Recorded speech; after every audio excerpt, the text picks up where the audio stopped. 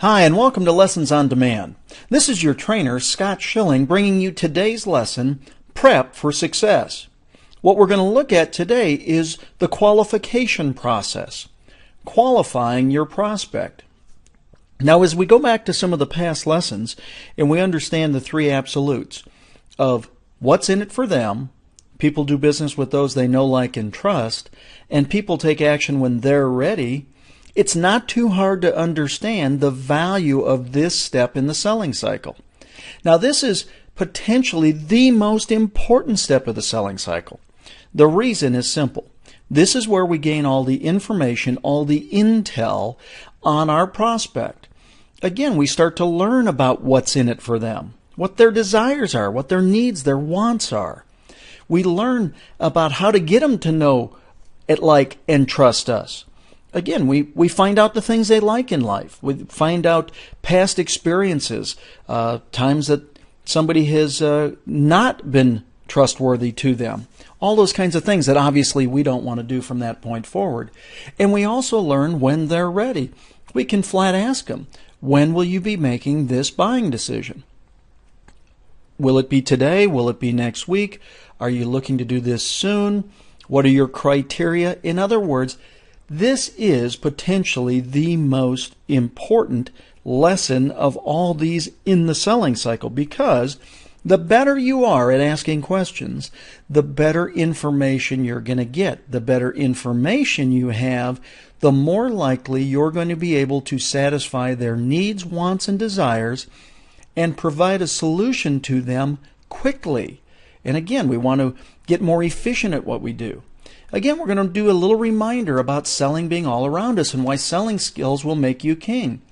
People listen to those who command their attention. You want to have confidence, as opposed to you wouldn't be interested in this, would you? See, you never have to lack confidence if you have information. If you know what their hot buttons are, what their true desires are. A hot button is nothing more than their reasons for wanting to take action. The more you know that, the greater confidence you're going to have. This is where selling skills come in. Again, you want to invest the time and effort to understand these selling skills, but also understand your prospects better. Now, why does it need to be? Again, a gentle review. At any time, 3% of your prospects are ready to buy what you have to offer. Another 6 to 7% are open to it, but currently not looking. So if we can find some intelligence here, if we can find some information that now helps position our offering in a better place, our likelihood of success increases dramatically. Again, the other 90% are divided three ways equally. Not really thinking about it. Might be interested, but you have to present it to them properly. And then that other third that, of course, isn't interested. As I said in an earlier lesson, it's just as important to find out those who have no desire whatsoever as those who have all the desire in the world. Why? Because we're looking for time efficiency here. We want to be able to present to those who want to hear our message. What's in it for them? We've got to focus on them and their interests. This is really where we find that, because we're going to flat ask them, what are you looking for? What benefits would you like to derive from this purchase? All of that information we want to find out.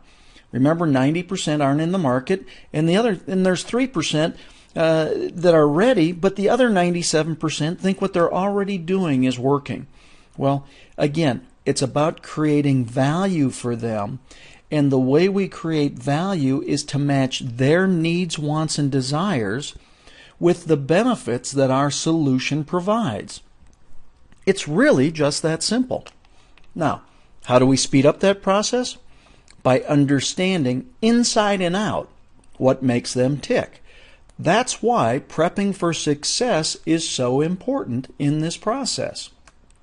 Again, bad news motivates. I'm not going to be the guy who sits there and says, find that bad news and intensify it. What I'm going to say is find the pleasure. Well, in order to find the pleasure, we have to find their situation. They will strive for pleasure if we can show it to them. Then set up the buying criteria that gets fulfilled by our solution, by what we're offering. That's the first time we have the opportunity to present our solution. Notice we're 3 out of the 7 steps into the buying cycle, the selling cycle here, we still haven't offered what we have. Well, that's because we're preparing it. And the more prep work we do, the better the foundation, the stronger the process. We're still in foundation building. Remember, selling is a cycle. And done properly, the last step leads back to the first. That's what's going to be so exciting. Now again, these are all independent and valuable, but this is the one single step most people forget. They've got this urge to purge. They want premature presentation. They want to tell, they're so excited, their tails are wagging so hard. They want to tell somebody about their product before they even know if the prospect has any desire for their product. Well, if you do that, what happens is the prospect now looks at you like somebody who doesn't truly care about them. Is that the way you want to be? I don't think so. You wouldn't have invested in this course and you wouldn't have invested in yourself if that's the type of person you are. The fact is, it is possible to miss this step every once in a while and still be successful. But long term, you're going to have problems. If there's any step that you're going to miss, this isn't the one. Please don't miss this step. Learn this one inside and out as we go along. It's just that simple. It's that important. So again, step 3 is prep for success. Now there's 4 basic questions that you can ask of anybody at any time. This always works. The first is who they are. Who are you? The second is what they do. Kind of work-related, occupation. The third is what they have or don't have. See, this is where we start to identify what they may need from us. And the fourth is exactly that. What do you need from me? So as an example, in a lunch meeting yesterday, I had this conversation with somebody. I said, I didn't come in here with any preconceived notions that you have any need for my services. Quite frankly, more than likely, you don't need me in the least. You're extremely successful at what you do. So the only way of finding that out, though, and confirming that situation is to, in fact, ask a few questions. At the very least, I'll know more about you and your organization. You'll know more about me and my training programs. And if at some time down the road a need does develop, we now have a working relationship. We have to get the clock ticking. My first question was, what's your greatest need?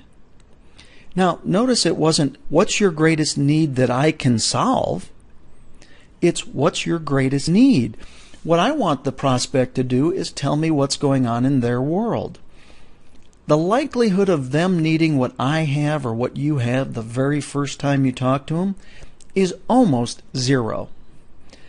At the same time, the time for them or the opportunity that they need something or someone that you might know is almost 100%. So as an example, had I asked this question yesterday, I did ask the question, but had this been the answer? Well, our biggest need is to get a web presence that's really working for us. Now, I'm not a website designer. I'm a sales trainer. I'm a speaker. I'm a teacher. I'm a coach. But you know what? I work with a tremendous website supplier that I could have referred. I could have helped 2 friends in one fell swoop simply by asking the question, what do you need most? So again, when we start to talk to people, what we have to stop doing out of the blocks is stop trying to paint them into a corner or pigeonhole them into how am I going to find out how they're going to need my product. And what we have to do is find out how can I be of service to them immediately. And many times, the service that you're going to provide somebody is going to have nothing to do with your product. This is where people miss it. They get so caught up in, I have to sell what I have first, they miss what I have. When I go in to talk to somebody, what I have to sell first is me. Priority number 1, job number 1 is creating a relationship. Because if they don't like you, They will never like your solution. And if you don't become a resource to them, you will never be the top of mind person that when they do need your solution, they call. So understand what we're doing here. We want to find out who they are. We want to find out what they do. We want to find out what they have or don't have. Because again, that don't have sometimes is more important. It kind of shows our opportunity. And then what they may need from you. They might just need a hug. Now, wait a second, Scott, are you telling me that that's important? If that's what they need, that's what they need. Now, I say this because, in fact, you're there to provide a solution. You might be the only person that sits and listens to their situation as you ask these questions. Am I suggesting you become a counselor and a psychotherapist? Not what I'm saying. Don't get it wrong. Don't take it to the extreme. What I'm saying is be good to people and listen to what they have to say in the process. Again, we have to prep for success. Now understand that while you're qualifying them, they're qualifying you. They may or may not be asking you questions in return, but the fact is they are watching you and listening to you, and they're watching how you take the information you supply. If you start asking them questions and somebody sees that the only thing you're interested in is painting them into a corner or positioning them through your questioning process, they're going to think that you're fairly pushy, that you're only in it for you, and you're probably not a person they're going to like, know, and trust going forward. Because in fact, they're not going to like you if you push them into a corner. Nobody does. Anybody says this is the way to get a quick sale, you know what? You can get a quick sale. I will succumb to that point. But you won't get the next sale or the next sale. So if you want to be a one-hit wonder all your life, then go ahead and paint people into a corner. I don't think you have to do that. In fact, I know you don't have to do it. I've been doing this for a long, long time. 35 years of face-to-face presentation. And the last thing you have to do is paint them into a corner. It's when you really open up their possibilities that people get to know you, like you, and trust you quickly. It's just exactly the opposite. It's counterintuitive. Now, another way to prep for success, if you ever get stuck a little bit, is what I call the FORM approach. FORM is an acronym. You know I'm an acronym guy. I use acronyms so that you can remember things easier. Well, FORM, the F in FORM is for family. Always talk about people's family. Always ask them about, hey, do you have a family? Are you married? Do you have kids? Now, I say this somewhat tongue-in-cheek and somewhat very serious. If they say, yes, I'm married, and you say, do you have kids? And they said, yes, I've got kids, talk to them about their kids.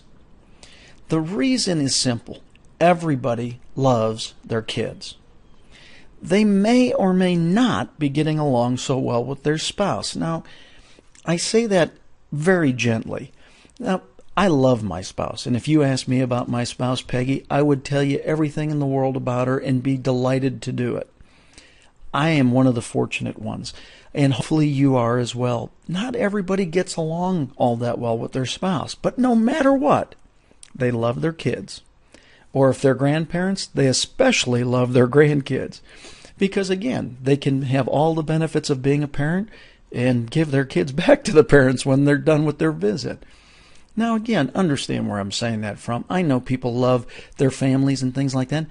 I'm just saying that if you want to create a relationship, really build that bond over the kids or grandkids, that will give you the feel for how they feel about their spouse. Now you can share information about spouses and go in that direction. The O stands for occupation.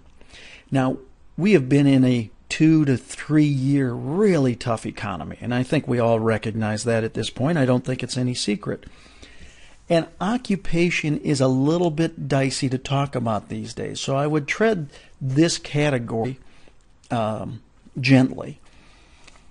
Many people are underemployed these days. Some are unemployed. Some are employed but hate every minute of their employment. There's all sorts of things going on with jobs these days. So again, when you broach the question of what they do, if your first couple answers are enthusiastic and excited about what they do, or they're involved in a new exciting project or technology, great. Then talk to them more about their occupation. If not, you might want to pull back and go to one of the other categories. Now, the R stands for recreation. Recreation is basically their hobbies. Again, sometimes people's family situations aren't all that great. Sometimes their occupational situations are not all that great. But typically, most people have a hobby or do something for recreation that is their escape. It's what they really love. And so you can really get them to change state and be in that enthusiastic zone, because now they're talking about something that's really exciting to them. If you find a bass fisherman, you talk bass fishing. Now, do you have to be a bass fisherman to talk fishing? No. What can you talk about if you're not a bass fisherman? So why do you like doing it so much? What's the exciting part of the catch? Is it just about being outdoors? Well, what do you love about being outdoors? Do you understand?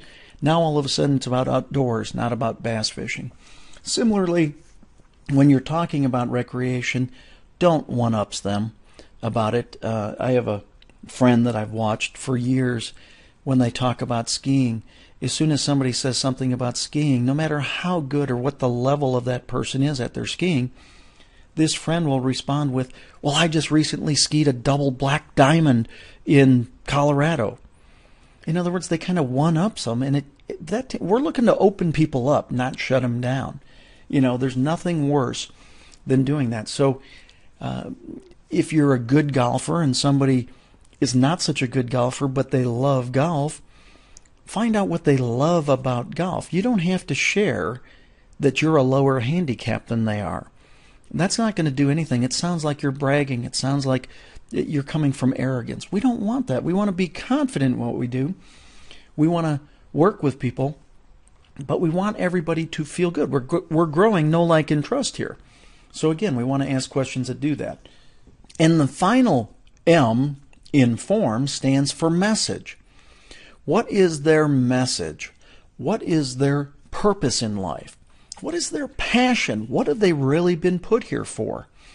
Now, they love their family, they got a great job, they have fun hobbies, but they're really passionate about making a difference. Something like that. In other words, what's their message? Some people may have had a close relationship with a breast cancer survivor. So their message becomes the Susan G. Komen Foundation and the walk to support breast cancer. Or any things like that. The fact of the matter is everyone has some kind of message within them, and that message is personal to them. And so as we start to find out those messages and talk to them about it and support them in their message, what that ultimately does is creates relationship. And after all, that's what we're looking to do, is create relationship. So as we continue to go along, what this does is it helps. What we want to do is learn how well what we have to offer fits their needs. Now, there's nothing worse than, again, that premature presentation. So if our product doesn't fit, don't present it. At the same time, if you find out a need they have, you can still become of service. So that, again, when the time comes that they need what you have to offer, you're there for them. All these conversations and their answers show you both the opportunities for you to provide a solution and all of the challenges that will keep you from providing the solution. This is how we gain efficiency. We learn as much as we can about the other person, their needs, wants, and desires. We're going to see both our opportunities to make this a very quick sale. We're also going to see the challenges or the time frames that it might take. Now we have to find out if what we have really fits their needs and if they're in fact the decision maker. So now we might have found out that in fact, oh yeah, their company, their organization absolutely needs our services. But they can't pull the trigger. They're not the one with the checkbook. So again, now that we find out that there's a potential need, we have to find out who that decision maker is. And this is what really separates the good salespeople, is the quality of the next level of questions. After you find out something, what's the next thing you find out? And the next thing. Because again, if we look at high intention, low attachment, high intention to provide a solution and do good work, a low attachment as to what that solution looks like, the better off we're going to be going along. High intention, low attachment. When it comes to the questioning process, it's about the right stuff. It's about asking the right questions. Don't just ask questions. Don't have these standard stock questions you ask, but be open-ended. Get them talking. Let them understand. Now, you have to know your product inside and out. Quite frankly, you have to know the industry inside and out. And you have to understand how what you have might just fit what they need in their situation. So again, the better informed you are, the more you're a student of your industry, the more knowledge you have, the better off you're going to be in the long haul. Again, when it comes to the right stuff, it's all about an educational experience. This is an exchange of questions. What people try to do too soon is they try to present their solution too soon, before they've gathered enough information. It's like trying to throw a sequoia on a fire. If there's not enough tinder and enough kindling and there's not enough heat created and there's not enough warmth, and the sequoia is never going to start. See, it's the same kind of thing. If we try to throw this log on something before we ever get the embers going, we've got a problem. So we want to have this educational experience, this exchange of questions going back and forth. They're going to ask us some questions too, and quite frankly, that's okay. This is how we're building rapport. We're doing this. Each question should build on the last one, and ultimately what you're working to find out, without necessarily having to say it sometimes, is do they really want your product or even need your product? Too many times people try to fit their solution into the wrong situation. Ultimately, you might get some business, but it's going to be bad business, and it's going to get canceled. It's going to be a problem. It's not worth doing the business in the first place. Now, as you're prepping for success, I always suggest having a notepad. One of the habits that I've gotten into is I carry a 3x5 card or two in my pocket with, of course, a pen to write things down. The reason I do that, quite simply, is depending upon how new this information is to me, or sometimes how technical it is, I might want to use their terms back to them. They might throw out a technical term that I'm not overly familiar with. Well, it's better to write them down. Now, gain their permission as you're doing this. All you have to do is simply say, that's really interesting. Do you mind if I take a few notes? The reason you do that is it shows class, it shows dignity. It's just the right thing to do. But it also says that you care. You care enough that you're willing to ask them. Now, the reason you want this information is so that you can restate it back to them at the appropriate time. If they're giving you a bunch of detailed information, take a bunch of detailed notes. Why do you want to write it down? Well, because at some point you can even show it to them. Again, sometimes I'll even point to the 3x5 card. Here's what it shows. It shows the information is correct. You heard what they said, you wrote it down, and the information that you're supplying a solution to comes from their frame of reference, from the information they've already given you. You're not missing any details. You were very clear on the delivery date. You put down, we need to have this solution in place by March 1st, or whatever that time frame is. So you're not missing any details. And the other thing it shows is it came from them. You're not manufacturing any information here.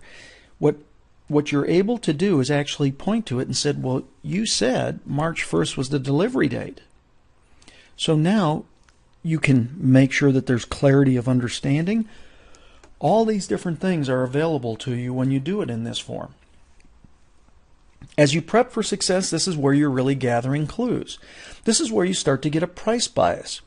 If you start to talk about certain solutions in the marketplace, or they might say, well, I've seen XYZ out there, and XYZ is doing this for half the price of what I've seen other people do it. you start to get an indication for what's important to them. They're looking for value. They'll probably spend the dollars, but they have to have 2, 3, 4, 5 times the value for every dollar spent.